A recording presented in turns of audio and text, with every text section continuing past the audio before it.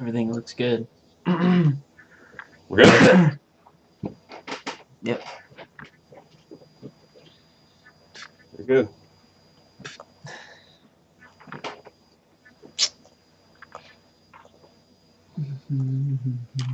Oh shoot.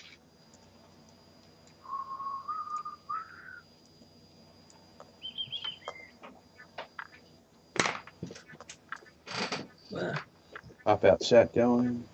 Yep.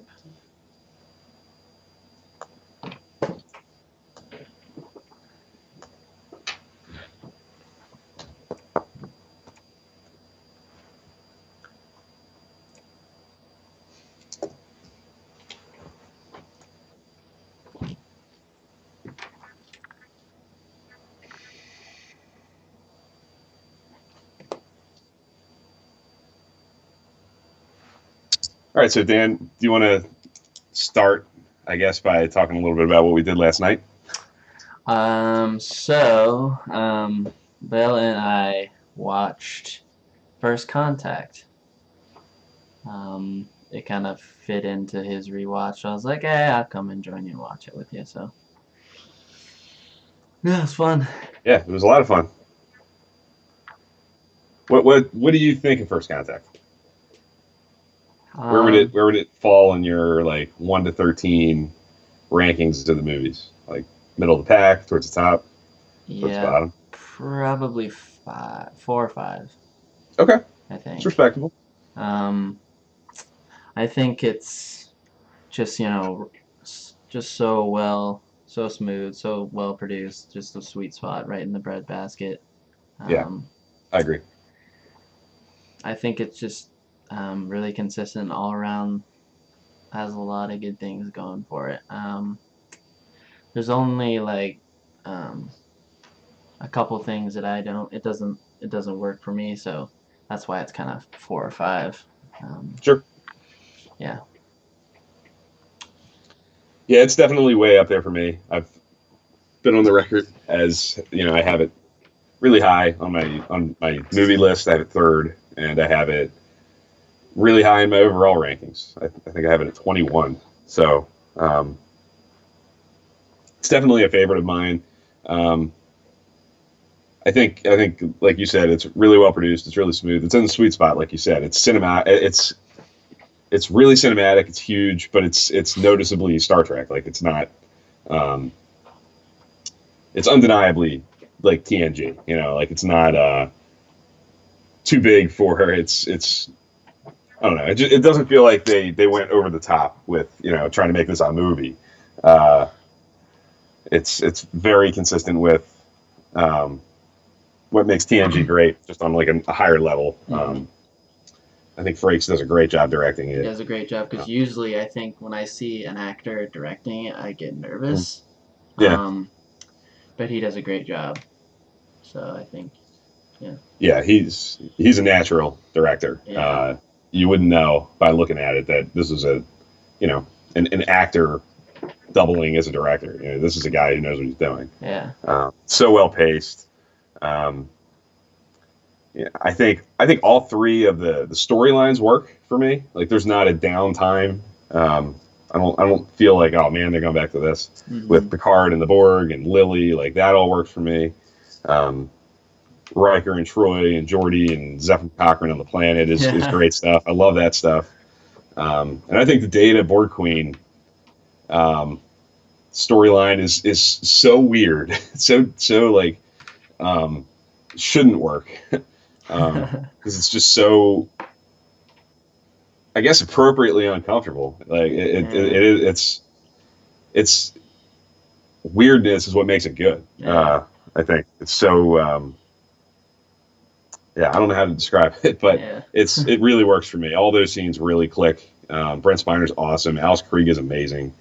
I know there's a lot of mixed feeling on the Borg Queen and what it did to the Borg. It doesn't really bother me. I think it adds to, you know, I think it adds to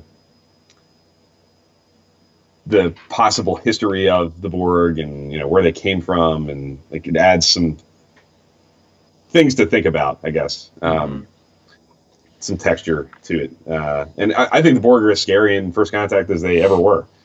Um, the little montage they show of people being assimilated is kind of really important. Like being assimilated is not good. Like it's not pleasant at all. So yeah, I think it's great. It establishes Trek history, like the Braga and Ronald Moore on the audio commentary call the end, like the best scene in the movie is the First Contact scene, I think, and they call it the Star Trek nativity scene. And it kind of is. It's like Star Trek being born. Yeah, we kind of talked about this last night. Yeah, There's like not much setup. It's just, it just feels so fast. And yes, like, all right, we're going back in time. Boom. It's yeah, just so fast. really economical. Like the way it gets, yeah, in 15 minutes, you're like, okay, now we know what we're doing. There's not a lot of downtime. We're not walking, we're not jogging. We're just, we're going straight into sprint. It's Yeah, crazy. we're there really quick. Yeah. And I know, like, the opposite of that to me is the Final Frontier. Star Trek Five feels like the movie doesn't really start for 40 minutes. Forever. Like Yeah. you're not off onto the adventure until like it's at least 30, 35 minutes into the movie. This one is the complete opposite. It's like bang bang, we're in it. It's telling the story it's going to tell. I think it's great. Patrick Stewart is at his best. Oh yeah, his monologue with the the whole deal with Line must be drawn here. Yeah. And Captain Ahab and stuff like that. Yeah, it's perfect. Yeah. Yeah. Yeah, I just want to welcome Jordan. Hey. Yes. And Hope to long day at work. Oh, good. Glad we can be here for you guys. Yeah. Star Trek solves a lot of things, like long days at work. Having a little Trek talk will do a world of good. Yeah. Should turn your day around, hopefully. It's the hope. Hope. Pun intended. Pun intended.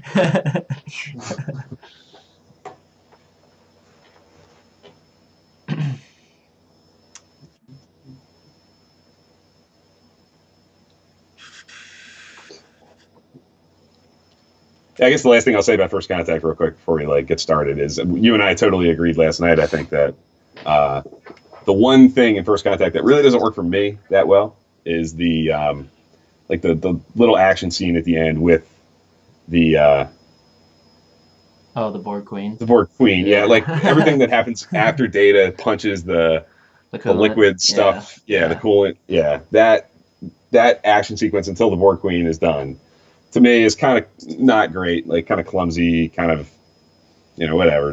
They're just kind of doing what they got to do. Yeah. But it doesn't bother me even a little bit because of what comes after it. The First Contact scene is really the money moment of that movie that I think makes it. That's to me what makes it so high on my list. Not just of the movies, but overall, it lays so much groundwork for Star Trek history and makes a lot of things make sense, retroactively, and of course it sets up my beloved Enterprise. So I have to give it some credit there too. Yeah. So.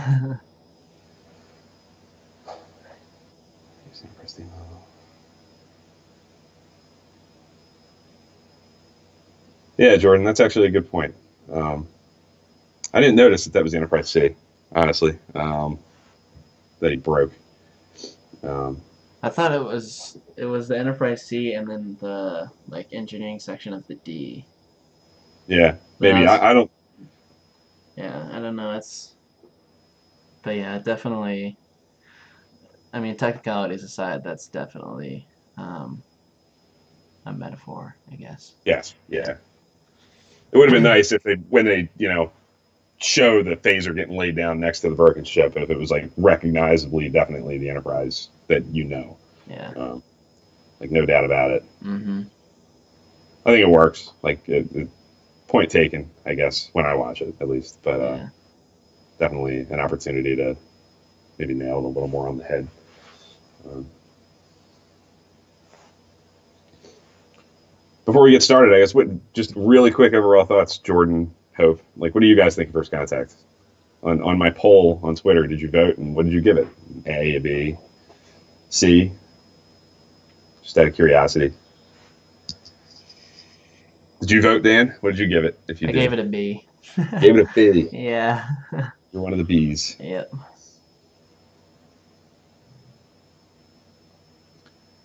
It's a lopsided result right now. There's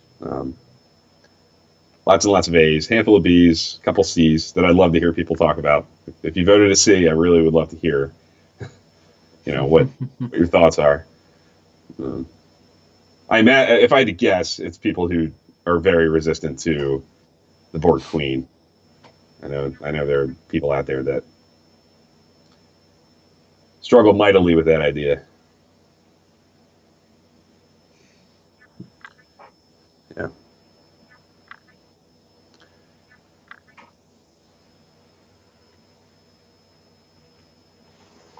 Dan, do you want to intro our topic for the week, I guess? Do you mind doing? You're the pro at this. Yeah. I'm still practicing. Yeah. All right, guys, welcome to episode 10. Yes, we made it to 10 of Trek Live.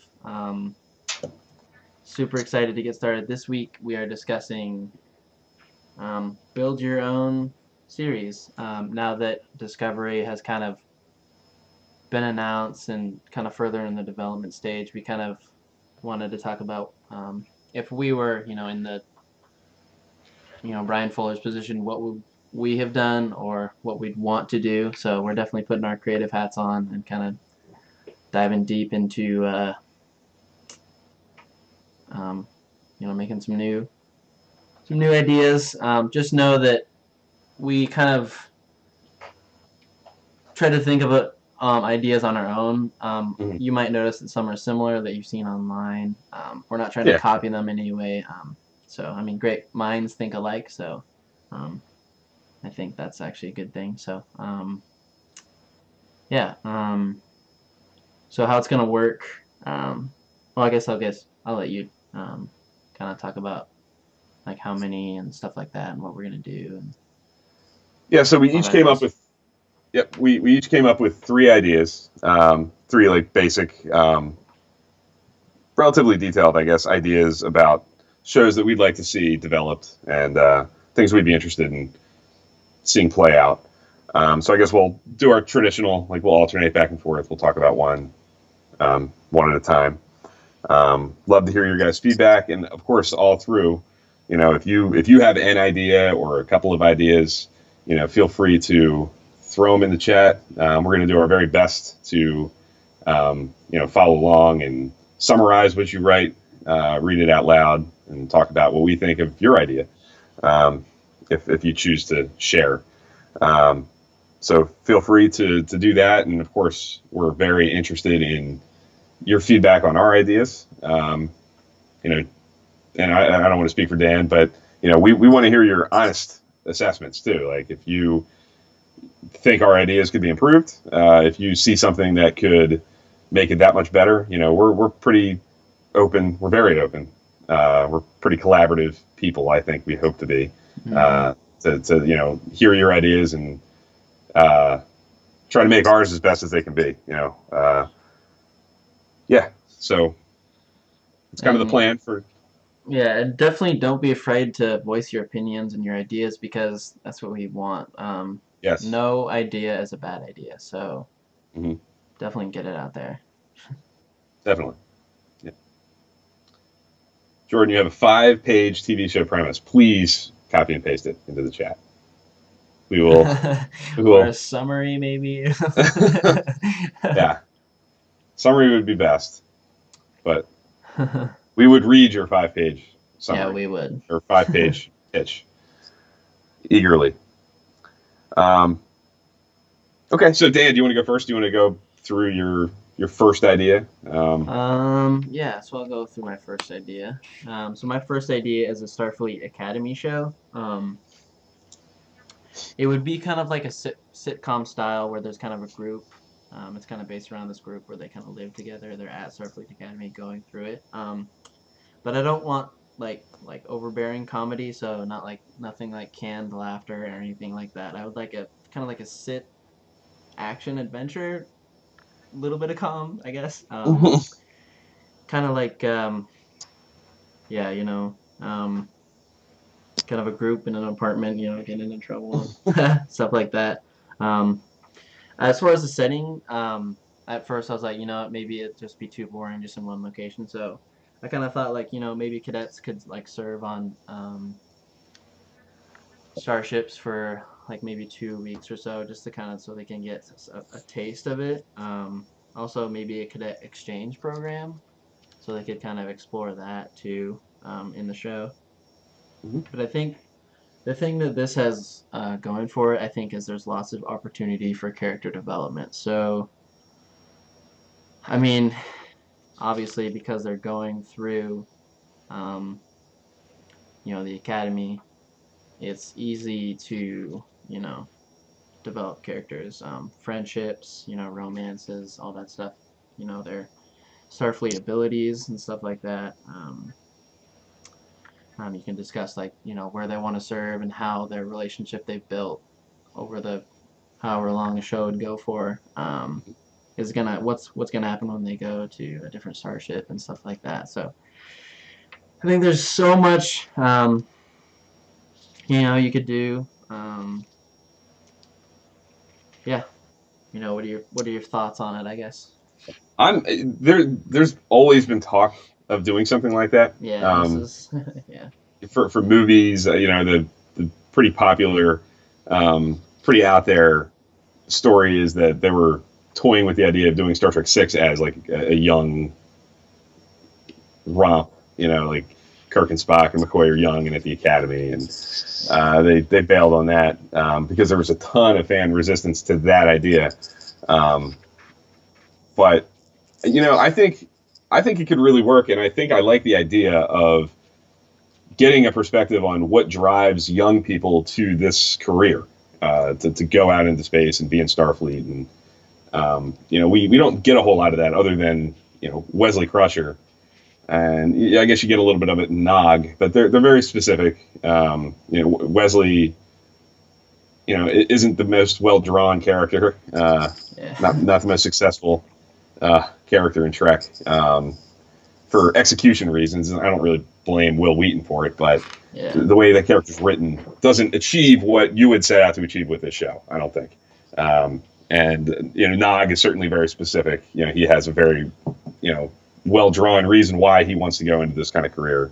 That's pretty well explored when he decides this, and the Deep Space Nine explores that. But I'm interested in seeing what pulls young people to want to be in Starfleet. In a future where people can do anything, where the economics of that time don't force people to make decisions for monetary reasons. Yeah. People can do anything. People Mm-hmm. can work on Earth and do what they love to do, and there's no limit to what I guess people could set out to do. So, when you're an 18-year-old, 19-year-old kid, what makes you want to do that? Mm-hmm. And I think a theme that you're going to notice in our ideas is neither one of us, we've talked about this, is feeling limited to our shows have to be, or Star Trek shows in the future would have to be, set on a ship with 8 or 9 people Yeah, that are into their career. all my ideas are definitely a little bit different. Yeah. Yeah. And to me, that's the beauty of what Star Trek can do. It's such a well developed universe, and there's so many corners of it and types of people that we haven't really seen that are just kind of hinted at. You just kind of see them in passing. That I think it would make it more tangible and real to explore things like, Dan, your idea of younger people. because they're the few, all the characters that we see in all the shows that have come were that person at one point. They came from that experience. So seeing what that experience shapes, how that experience shapes Picard into what he is, and Sisko into what he is, and Janeway into what she is, I think, would be great. So I'd be all for it. And I think some people would be like, oh, I don't want to watch a show with kids, but it's not. That's kind of limiting and closed-minded. I think there's a real potential to show Kirk before he's Kirk. Yeah. And see how that person comes to be. Yeah. How the Academy shapes them into being great. Years down the road. And I think it would just be a good job. I wouldn't want it to be like a trauma-filled show, not in the slightest. But I would like to. I think it would do a good job of bringing young people into the fandom for sure, because they could definitely relate to a lot of these characters. Because you could spin it to where it's like between 18 and 20-year-olds. That's what it's for, because I mean it's kind of going out, graduating high school, and going out onto your own and stuff. It's kind of like going into space and serving in space. So I think it would really, I mean, even like people like my age graduating college too. It's like you're going into this frontier that you've never explored before. So I think it would be a great job for that, for sure. Yeah, people would have a really easy time relating to characters in that position. So I'm for it. I think if Wesley Crusher was better executed when TNG started, I think people would have been more open to the idea back in the day. I think people were so resistant to people of that age carrying a show or a movie because of what Wesley was portrayed as. It kind of poisoned the well for some people, but I think that was a long time ago, and there's no reason why an idea like yours couldn't work. I think it would do a lot to casualize the Trek universe. Show people that aren't buttoned up, officers that are established, loose and wild. Yeah, I think there's a real opportunity there to make it more tangible and real, and so sign me up. I would watch your show. What's your first idea? The one I'll talk about first is one that I've kind of talked about, not in so much detail in the past, but I honestly, truthfully, would love to see a show set in the Coven Timeline. I think there's a real opportunity to further flesh out that time period. I think there would be a lot of resistance because some people don't like the Kelvin timeline, but I think a lot of I think people fired up. It would get a lot of people would erupt in a fit of anger with this, but part of me says that some of the resistance to the Kelvin timeline is just in that it's not that developed because there's not that much time spent in it. I think there's a lot of dramatic potential in what was established in Star Trek 2009. I think what was done with Vulcan is such a big thing that just shakes the ground, work of everything to such a point that I think it's a shame not to see that. I want to see what that means. Like what does that do? I want to see what the ramifications of Vulcan being an endangered species trying to rebuild has on that time period, that the Federation at that time. So I would set it in the Kelvin timeline. I would set it at kind of the same time as the movies have been, just on another ship in that period of time, out exploring space, dealing with these things. I'd certainly, I think, want a Vulcan on the ship to have one of my main characters be a Vulcan of some kind, somehow, to really delve into the kind of effect this has on a person, a Vulcan, and the kind of the things you see. You do kind of see Spock deal with these things in and beyond. His kind of whole character arc is, should I be here or should I be there, trying to help build the species back up. Mm-hmm. And I just think there's a really good opportunity to flesh that idea out, see that play out over time. Um, even a movie that's really, there's a lot of mixed opinion on Into Darkness. I kind of like some of what Into Darkness did. I like a lot of Into Darkness, but I'm really into the idea of, this admiral who's got a lot of power, reacting to something like, my read on it was always that he saw what happened to Vulcan and overreacted, went too far. That's basically established in the movie. I'm not, drawing anything crazy out of this, but No.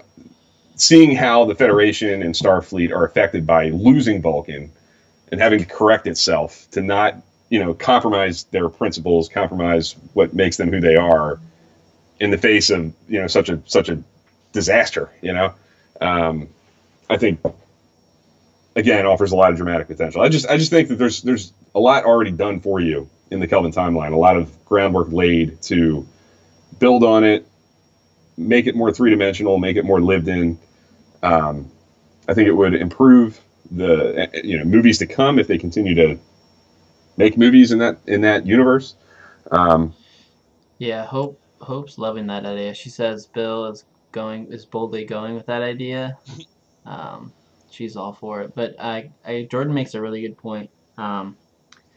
Especially with the Paramount and CBS divide, it Yes. would be a little bit weird. But I think I kind of like that idea because maybe, in a perfect world, that's the type of show that could bring them back together, I guess.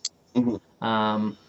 But yeah, I love the Coven Timeline idea for sure. I think there's just, I guess it's less restrictive than the Prime Timeline because Exactly. you can do just it's pretty much a sandbox. Mm-hmm. You got your square and everything, but you can just do whatever you want. So I would love to see that for sure. Yeah, absolutely. And I kind of, if it's set at the time that the movies are set, it's set pretty much at the same time that TOS was set. Mm-hmm. So in my mind, you have the you have the freedom to do completely new stuff. You don't have to, I don't want to see, I wouldn't want to see, rehashes of TOS episodes or anything. But I would be open-minded, though, to kind of what Into Darkness tried to do, taking something that was done in a TOS episode or something that was alluded to in a TOS episode and putting a new spin on it. I think I would be more open to that in a television setting where we can just drop in and do that for an episode than if it's going to be a one of the movies that we get every few years doing. Mm-hmm. I think I'm more for a movie that you're going to get every couple of years. It's like a one-off, little shot of energy every few years. I want it to be original. I want it to be new and different. But if it's a weekly TV show, I'm not opposed to, the crew of the USS fill in the blank. I didn't name the ship. I'm sorry. Out there exploring and goes to a planet that the TOS crew went to and has a different adventure, but something similar. I think Mm-hmm. there's an opportunity to do what Into Darkness tried to do with the comic series that I didn't read, but I know about, surrounding those two movies, 09 and Into Darkness, tried to do, which was, put the Kelvin Timeline TOS crew in, kind of different spins on TOS episodes and such. I think there's no end to the possibilities there. I think if, in a perfect world, you're doing this show and, Carl Urban comes available and kind of wants to come hang out for a couple of weeks. Hey, that's great. You can do it. He can come play McCoy, and John Cho could come play Sulu if you had an opportunity to do it. I certainly wouldn't want to make it that show and make it, that's the weekly All about thing. that, yeah. Yeah, but if it's well done and it's organic to the story and the opportunity is there to do it, you have that option. You can do it, and it doesn't feel clunky and weird, and I don't know. I think it could improve the movie series. But Jordan, you're absolutely right that the Paramount CBS divide makes that very difficult, and I'm very conscious of the fact. The Great Divorce makes this essentially impossible. The only way that this, I think, could actually happen is if something political at Viacom, which is the parent company for CBS and Paramount, changed and they were under the same umbrella again, which I don't think is going to happen anytime soon. So, and you're right, Jordan. You're saying that people wouldn't be as frustrated with a visual reboot than people are with Discovery. Yeah, I think, like Dan even said too, you get a lot more leeway, I think, in the Kelvin timeline. I think people would, if it was out there and established that the show was set in the Kelvin timeline, I think people would kind of expect, this thing, that thing to look a little different. When you put it in the prime timeline, I think people have the expectation that it's going to fit into the sandbox. Yeah, And fans would give you a lot more slack. I think so too. Yeah. Yeah. If it was So Coven Timeline. I'm not saying that if I had all the power a few years ago when they decided to make a new show that I would have done. I would have completely, decided on the Kelvin timeline idea. But I was very open to it at the time, and I would not have been one of the people that was I wouldn't have been a person that would have been very frustrated by that. Many people would have been, but I would have been excited by the opportunities that I think are out there by a show that's set in that time frame. Yeah. So, yeah, that's my first one, I guess. Okay. Yep. What about your second, Dan? So my second TV show idea is a show about Utopia Planitia. It's the kind of like the shipyards of. It's not the only one. It's well known. It's been referenced in a bunch of episodes. I think in TNG it was Booby Trapped. Yes. I think. Yep. Mm-hmm. If memory serves correctly, that was the one. That's the only one I remember. But I don't know. I love just engineering and ships like that. So I'd like to find a show that could, fit the bill. So it could be kind of like a repair shop where, ships from the quadrant come to, fix their ships or something like that. Or it could be just strictly Starfleet. You could have a crew that kind of, goes to junkyards or other systems and planets, like to trade, to find other components and resources and stuff like that. You could have like a tow truck ship that kind of goes around, the quadrant to find damaged vessels and stuff like that, and they have to, get them out of certain situations. But I think this would really fit kind of either kind of Dominion War or kind of at the tail end. Because I love the idea of making this like a space race show. It's hard for, Starfleet to keep ships out on the frontier, so, issues with that. And especially, obviously you could even expand this to kind of they're developing transwarp, and what that means for kind of the quadrant and stuff like that. So, I don't know. I just really like that this show could show the kind of the blue collar side of the lower decks side of Star Trek, because it's not always about kind of like the main bridge crew and the higher up officers. I'd like to see definitely like the everyday guys that make it happen, show them some love for our show. So I just this idea. This is probably the idea that I'm most excited about, but it's just kind of hard to kind of formulate a show because it is so like engineering specific. But I think if you do it right, it could be successful. So, yeah, that's my second one. And I think you kind of said it. I think my favorite thing about that idea is the exploring the blue collar, guys of Starfleet or the Federation, whatever, however you want to kind of organize, who's working at Utopia Planitia. Yeah, it's an opportunity to showcase people that you kind of know exist, that are doing hard work and making the show that you're watching possible in universe. But giving them some love and showing what their life is like, what that job is.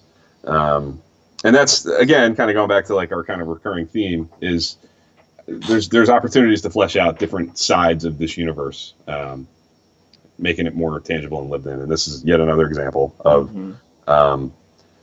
showing a side of Star Trek that we haven't seen before. And I love the idea of, like you said, having it be sort of like a space or an arms race, setting it during the Dominion War or some other kind of conflict where there's a lot of pressure to, keep ships out there and get ships repaired and jury rig things to just get bodies out there to Yeah. do what they got to do. Yeah. And I really like the Dominion War idea, because the Dominion War, in that stretch in late season 6, early season 7 of Deep Space Nine, there's a lot of emphasis put on the fact that the Dominion is building ships at this rapid rate, and the Federation can't keep up. They go in, they have a battle, they knock out all these ships, and before they know it, before they can get back to Federation territory, all the ships are replaced, because the Dominion are just efficient with their operation, to that level, I guess.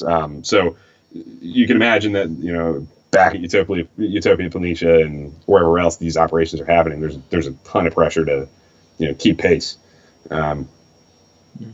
So yeah, I love that idea. I think the idea of the space race, the arms race, would be a really good hitch for the show. Kind of the thing that drives the show. That there's a real purpose to what they're doing. Something overarching that kind of spans the show, maybe, that drives these people. So yeah, I'm all for it. Again, I would watch. Yeah. Jordan says that sounds fun. Watching an episode where everyone is panicking, freaking out over their prototype Galaxy class has, 1,700 hours. That would be fun. Yeah, absolutely. Yeah, it could be fun to they have to retrofit old ships too. They pull in this Constellation class, and there's some I don't know, references to that and stuff. So yeah, as we know, there's a wide breadth of Star Trek fans who are really into the technology of the ships. Yeah, and I think that would fit right in here for sure. It would be right in their wheelhouse. I know a YouTube channel out there that would love this show. That would be all about it. It's I can imagine that it would be exactly what they would love to see. Yeah. People that are of that, that have that interest. So yeah, that's a good one. I think that makes it interesting, different, outside the box, cool Star Trek show. What's your second? My number 2 would be pretty similar to what you're kind of going for. I just really love the idea of a Lower Deck show in general. I think it could fit in pretty much any time frame. I think I probably like it best in a 24th century. I don't know if it's got to be a Galaxy class ship, but something that a ship that has a lot going on it. I love the idea of on TNG on the Enterprise D. There's civilians. There are people that are there to do. There's so many people on the crew that are probably there for their own reasons. That have their own interests. That it's maybe there's an officer who's got a specialty in this area. I don't know. I think there's an opportunity to really hone in on, like you said, the grunts, the blue collar kind of guys, not the officers who know everything that's going on and are well tuned. Yeah, the guys who are just kind of making it happen every day, who report to their duty shift on time, and the security officer who's just trying not to get killed. The guy who's trying to make a career for himself and be what he wants to be, but has worries that are very relatable to people who aren't upper management. Like the Star Trek shows that we've seen are effectively upper management shows, people who are making decisions, and I get why. That's what's dramatically interesting that's the dramatically easy thing to do, to focus on the people that are really driving the action. And this would certainly be challenging to drive an entire show, but Lower Decks is one of my favorite episodes because it focuses on people that are relatable to me, people who are not, in a job making big picture decisions, deciding we're going to go here, we're going to go there, we're going to do this, we're going to do that, but just trying to get a job done and trying to make a career for themselves and have a career in front of them, not behind them. So, there's, again, kind of similar to what you're saying with the Academy, there's a really big opportunity for character development. You can see what, people learn on a ship like the Enterprise D. What what people, I imagine, take an assignment like being on the Enterprise D, get into Starfleet, end up on a ship like that, having one idea about what they're doing. They got into it maybe for a very specific purpose, for a reason that they're interested in a given thing. But being out there, being on a ship like that, being surrounded by all these different people and being exposed to all these different things and, Mm-hmm. you know, kinds of people, different aliens, and it has to change you. So seeing, you know, the people who are still impressionable, the junior officers who are learning from a practical standpoint, um, would be interesting to me. Mm-hmm. Yeah, I People think. fighting for not fighting, but struggling for promotions and trying to get reassigned to do this or that. I get the challenge dramatically to make that you know interesting on a daily, I mean on a weekly basis. But I think if done properly, if um, I think there's an opportunity there. I guess. Yeah, I think, and Jordan's talking about kind of Enterprise D. I think, Mm-hmm. um, your show like has just so much possibility for character development. Mm-hmm. It'd be really relatable to a lot of people because let's face it, there is a lot of people out there like that. Yeah. So yeah, that's why I would love to see that show, and I've always been a fan of the Lower Deck episodes. So I think it deserves to have a show, and I think done right, like you said, it would be awesome. So. Uh, Mm-hmm. Yeah, and like I said, I think it could work in pretty much any time frame, hmm any type of ship. There's dramatic opportunities that I think would change based on where you set it. The direction that I think you would go in would be different. I think um, I just think it could really be molded to pretty much anything hmm within the universe at least. But I think the core of what it would be about you know people trying to make a career for themselves. Like people trying to find their path in this big machine that is Starfleet. In this future that hmm we all kind of know about. But most of the time, what we're seeing and the people that we're spending time with are more more refined, more kind of know what they're doing. Even the younger officers that we see, the Harry Kims of the world, the you know uh, Worf and early TNG, you don't kind of get the sense that they're struggling or anything. They're very much on a path. They kind of know they're still they're ensigns, but they're senior officers. They're in Yeah. senior positions. They're in positions of influence. I'm interested in the people that don't get to go to the staff meeting. Like one of my favorite things in Lower Decks is the scene when they're on the bridge, the Lower Decks crewmen, and the senior officers go into the briefing room or in the observation lounge to have their briefing, and you don't go with them. Like you're stuck out on the bridge with the junior officers. You have no idea what's Being happening. said, yeah. Yeah, where they're going and what's the big picture of what's going on here. They're just kind of trying to get through the day, and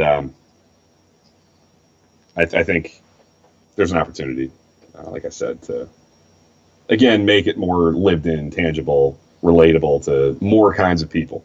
Uh, to just add texture to the universe that we kind of already have a lot of texture for. There's been a hmm lot of stuff explored in this 50 years of Star Trek, but these are the kinds of things that haven't necessarily been totally fleshed out that I think could benefit the whole thing.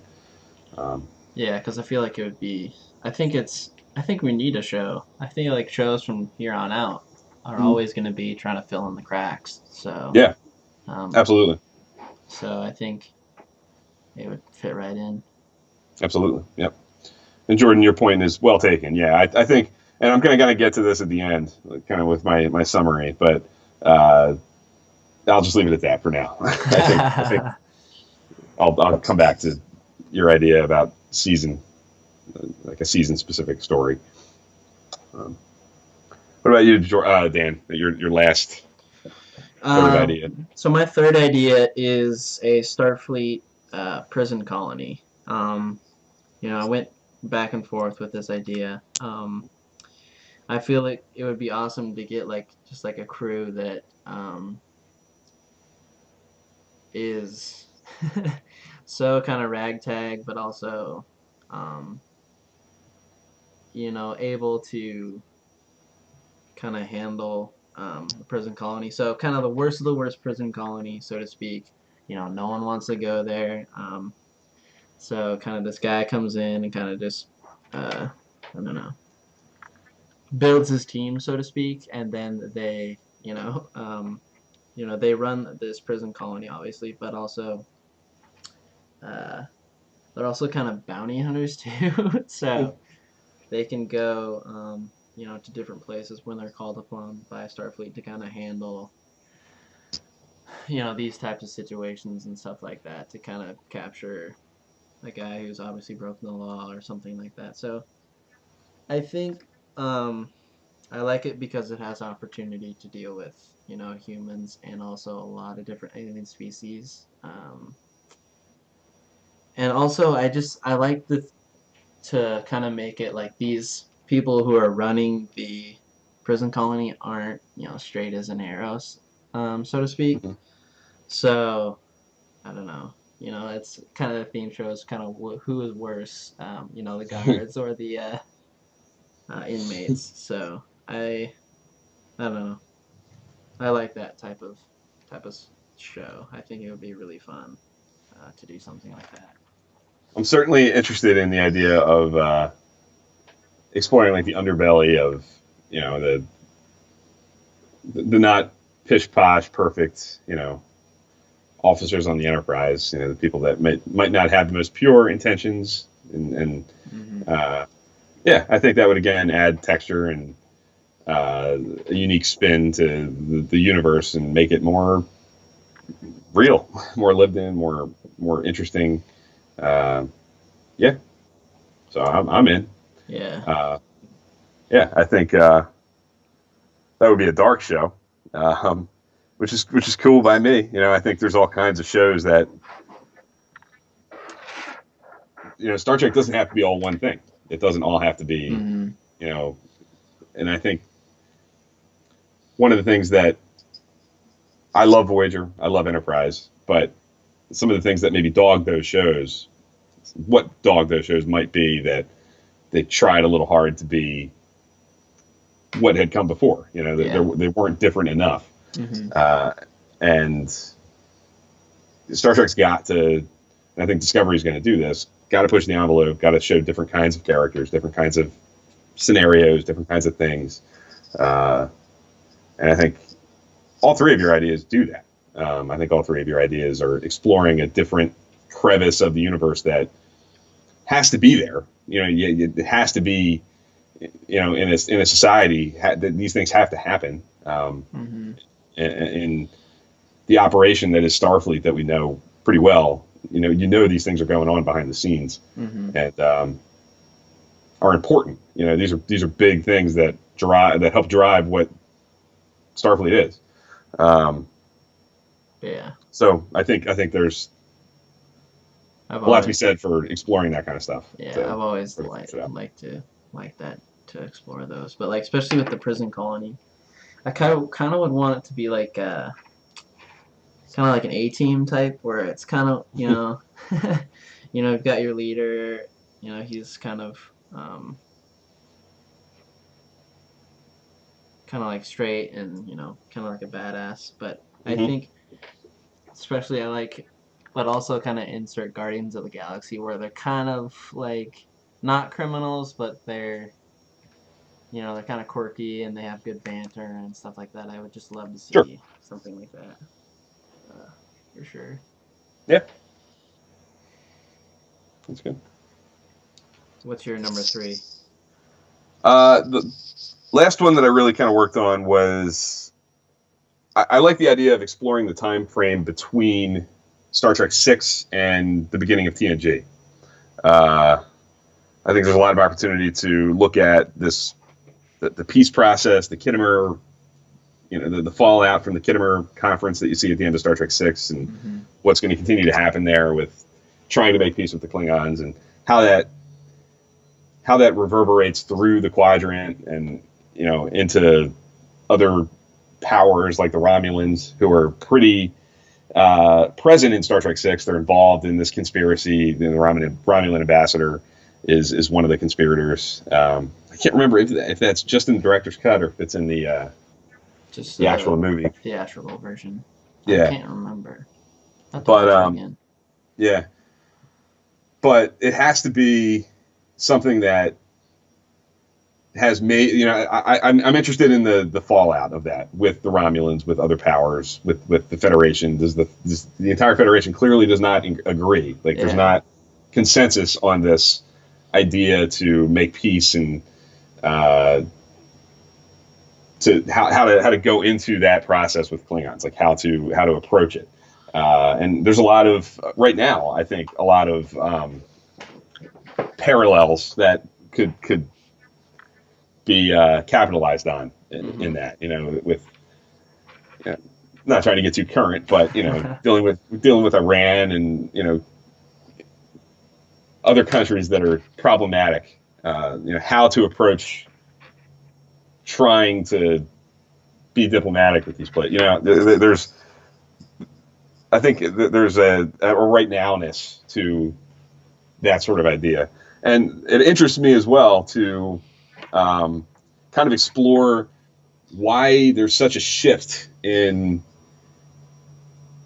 in-universe shift, at least, of why things look the way they look, why people are acting the way they're acting at the end of Star Trek Six. Very militaristic, like the TOS movies are, and then you get to the beginning of TNG, and it's not militaristic at all. They are explorers. They are, um, very idealistic, very borderline naive, almost. And until TNG kind of gets going a little more, and uh, the real reason for it is the people behind the scenes decided that the tone of season 1 of TNG was not sustainable, thankfully.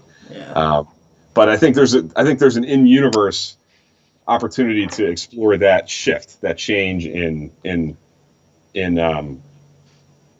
what drives the Federation, what drives Starfleet.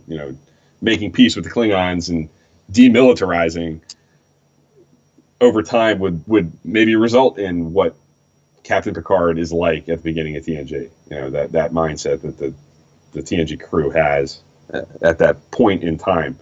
And I've always kind of reasoned it in my head. It's not perfect because the tone of TNG changes sooner than this, but in my head, it kind of makes sense that things get more militaristic again, a little more serious, a little more, a little. I don't know.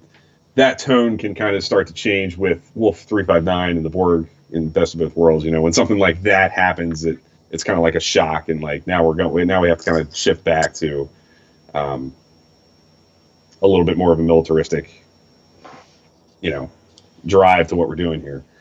Um, like it takes something big like that to kind of shift away from the tone that Starfleet was kind of setting in the first two seasons of TNG. Um, so Yeah. I'd like to see that gap explored. It's pretty unexplored at this point. There's not a lot that we know about that takes place. There's things that, like, one of my followers, one of the people that I've interacted with a lot in the past, responded to our call for ideas with an Enterprise C idea. Oh Brian yeah. Harrington um, talked about an Enterprise C idea Which is that a great idea. which is a great idea, which Yeah. is kind of similar to this. That's this time frame. It's somewhere in the middle of Star Trek Six and TNG would be the Enterprise C.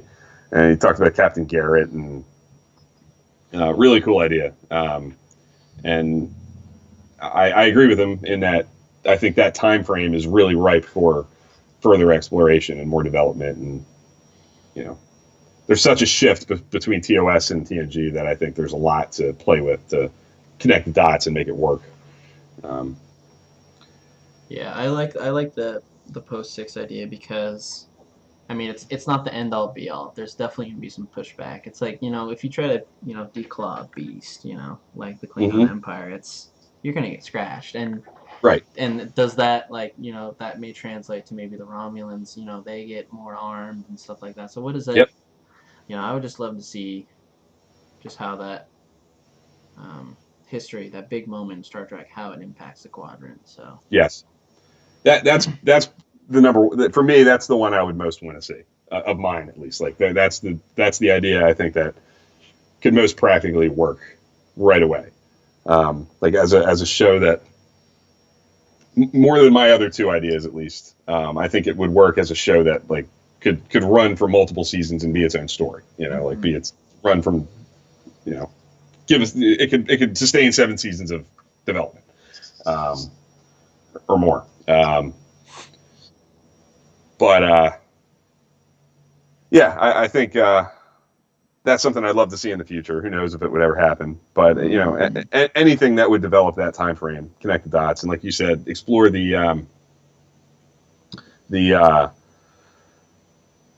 I love the idea of exploring like how the Romulans would react to that, and why the Romulans are the way they are at the beginning of TNG. Like they kind of things happen with the Romulans that are alluded to, and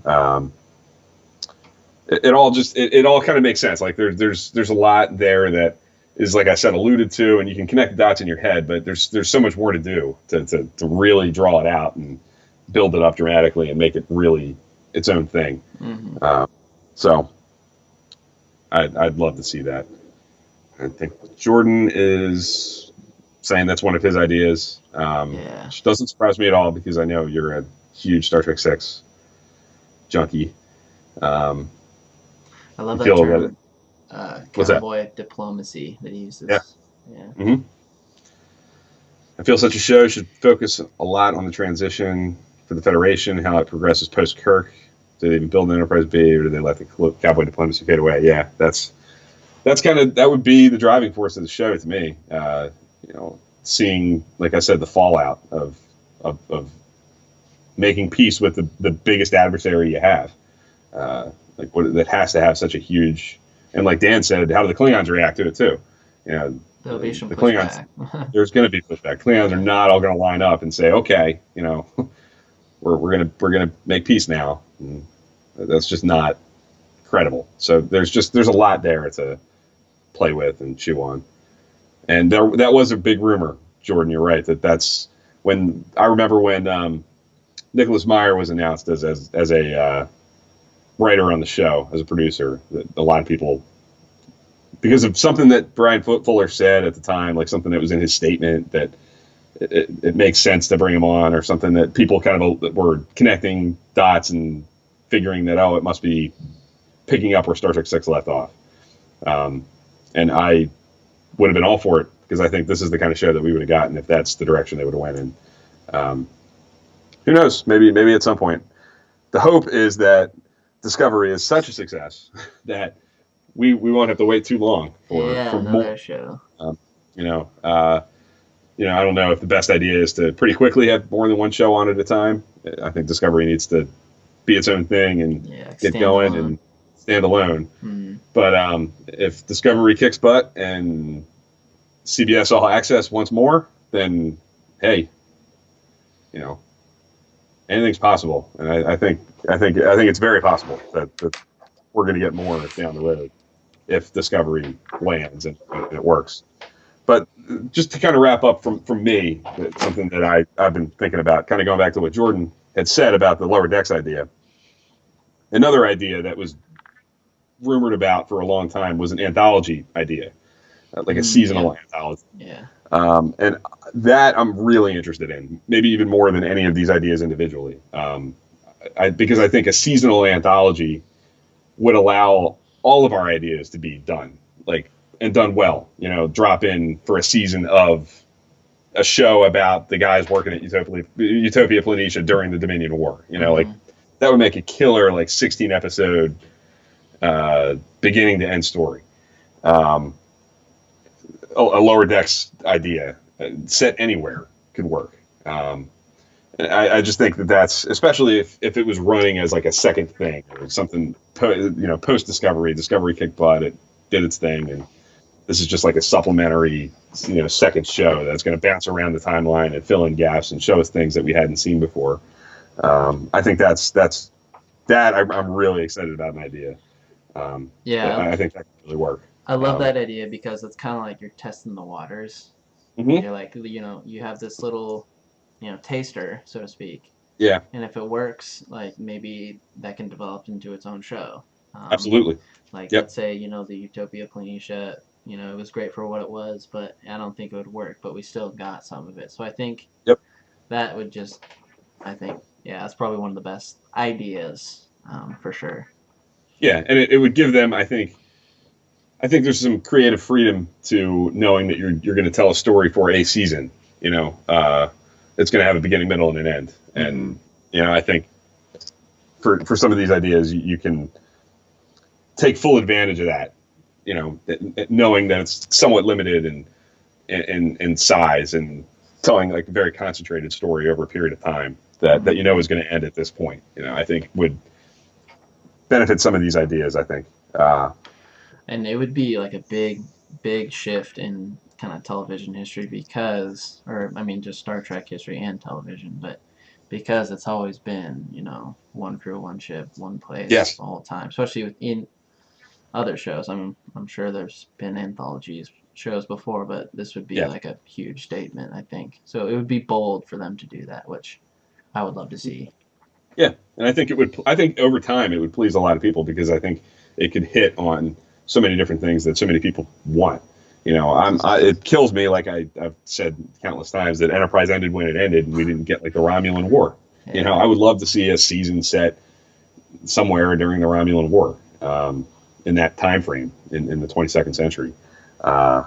Just little points in time along the Star Trek timeline that might not sustain an entire run. That you might not want to spend 7 years doing this, or 4 or 5 or however many years. But a season like I said, a 13, 10, 16 episode run that really just dives in for a quick taste. And like you said, if it kicks butt and it's really popular and there is an opportunity to sustain it, then maybe down the road you can go back to it. You can double back to something like that and build on it more. Yeah. It's. I think that would really be the best of both worlds. It would touch on all these different things that we want to see, but not. Pun intended. Yes, pun intended. That pun is always intended for me when I use it. Yeah, so I think it would check all the boxes. I think it would hit all the different things that people want to see over time, and yeah. So I hope they do that at some point. I really would love to see them be bold and try something different and take advantage of the fact that there's so much along the timeline that is calling for further exploration, and this idea would allow them to jump and skip around and do all kinds of stuff. Yeah. So I mean, the point, I guess, is kind of coming that just came to me is that there's plenty of ideas. There's plenty of stuff they could do. There's plenty of time. There's a lot of show ideas. Mm-hmm. It's just getting people behind it and the funding behind it to be able to push it out there. Well, to me, like the number one thing is Discovery has to be good. Like Discovery not only has to be good, it has to work. It has to succeed and be and land. If Discovery is a hit and it's it can prove it can be done. Yeah. If this works, this is just going to be. I really believe that this is just the beginning. I think it's going to be the heavens are going to open up again for Star Trek, at least on TV. We're gonna get more stuff. As much resistance as I don't want to get into the whole like CBS All Access thing, but there's a lot of resistance to it. But in a lot of ways, what we really want as Star Trek fans, I think, is for CBS All Access to work. We want Discovery to be good, and we want CBS All Access to sustain itself, so that CBS wants to populate CBS All Access with like content, like Discovery, things that are they're going to want more if it works. I think our best shot to get more Trek and to have a golden age of Star Trek on not network TV is for Discovery to be a big hit on CBS All Access, so that CBS All Access wants more Star Trek to fill its calendar with. So let's get as many people behind Discovery as possible, so that we can get more in the future. Yeah. Yeah, so maybe just recap, I guess. Yeah, so choices. My 3 choices were a Coven Timeline, 23rd century, in line with the Coven Timeline movies show. A Lower Decks show that would fit pretty much anywhere in the timeline. Put it on any ship, anytime, and let's look at junior officers. And then a show that takes place between Star Trek 6 and Star Trek The Next Generation that would explore the Klingon peace process and the shift in priorities that Starfleet and the Federation, have between those 2 points in time. The noticeable shift that you see between 6 and TNG. And then again, at the end, I would really emphasize my cheat fourth one would be the anthology idea, seasonal anthology. Yeah. What about you? So mine, first idea was Starfleet Academy, sitcom but not sitcom. Utopia, Planitia, insert tech lingo here. And then my third and final one is Starfleet Prison Colony. And I hate to use the word bounty hunters, but figure out something else to call it. But Yeah, point taken. Like yeah. idea. Yeah, get where you're coming from there. Mm-hmm. Yeah. So I think that pretty much does it for this week. Next week, we're going to be talking about our favorite scenes in Star Trek history, like our favorite moments, favorite anything scene wise. It could be a little moment, could be a scene, big scene, could be a small scene. So we're obviously going to be looking for people to drop in and give us their ideas, what their favorites are. Lots of choices. I'm sure we're not going to name, just Dan and I are not going to name all the great ones. We could go on forever, I'm sure, and still not name them all. But that'll be our topic next week.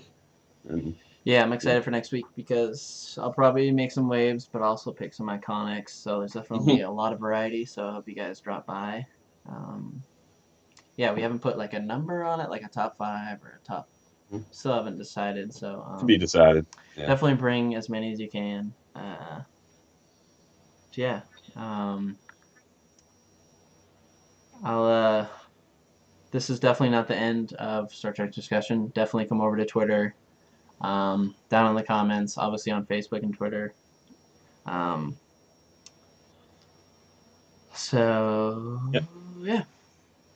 Be in touch. Yeah. If you're watching this post, if you catch up with this during the week and you want to share your ideas, we're certainly eager to hear your series ideas, and we're certainly eager to hear your feedback on ours. We want to hear what you think. What works, what doesn't, what's your favorite, which one would you most want to see. We're eager to hear all that stuff. So don't be a stranger. Reach out to us on Twitter, on Facebook, and let us know what you think. Yep. And no Trek After Dark this week. Again, we apologize. But we'll see you next Saturday around the same time. Yep. Thanks for the people who dropped by. Thanks to you guys for watching. We'll see you guys in the next one. Yep.